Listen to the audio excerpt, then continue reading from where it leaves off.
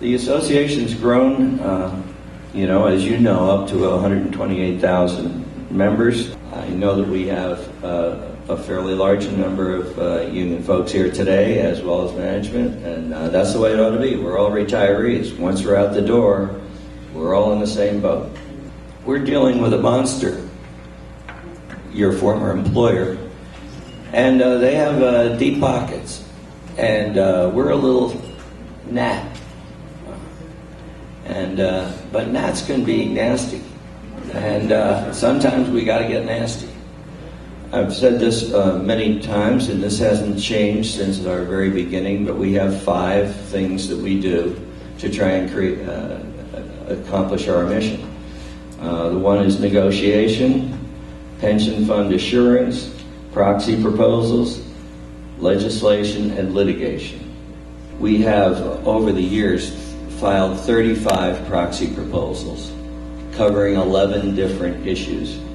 This year we filed 3 proposals, and one of the proposals, the company made adjustments in the way that they distributed performance pay to the officers, and that was what the proposal was about.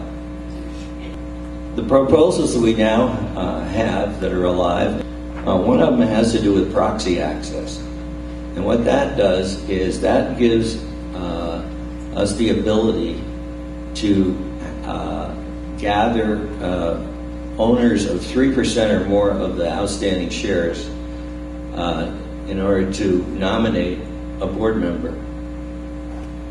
It really is a major deal because it gives us the ability to reach out to millions of people about our issues, and it does give us leverage with Verizon because we're able to take the stage at their annual meeting every year and discuss your issues with the entire board, all the officers, as well as the share owners that show up.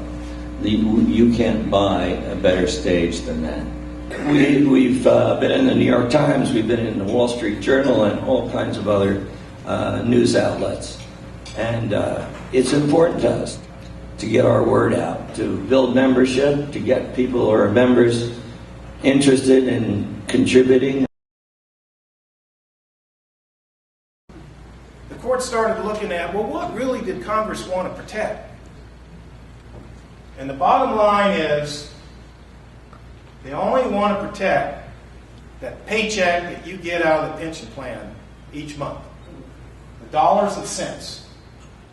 Now, what happened? Out of the blue, Verizon decides, wow, this is a good idea. But what they did, without giving you any choice in the matter, is they said, we're just going to send you over to Prudential. But we tried to get an injunction and appeal to the federal court judge the problem that this was going to present. And unfortunately, Chief Judge Fitzwater in Dallas said, no, it's not going to stop the deal. And he allowed it to go forward. And we filed a motion for preliminary injunction, a motion for a temporary restraining order. We had to file a complaint, we had to get statements, we had to find people willing to spearhead the case, and we got it done. In the meantime, Verizon hired about 15 lawyers to work on it. Prudential hired just as many. And they were complaining, they're saying, gee, if this deal doesn't go through, it's going to cost us even more money in the future. And they appealed to the economic sense of the court. And we were trying to say, hey, just put the brakes on this and give the people a choice. Why can't you treat them like GM did? Give you a choice and let you know the consequences. But it didn't happen. The deal's gone through, but we're still fighting it, and the case is still pending. Now, this is the type of case that will eventually go to an appellate court because nothing like this has ever happened in the nation. It's the time that people are going to wake up and realize that they can't sit back and let everybody else take care of things. You've got to stand up join our association, send us money, get other people to join our association.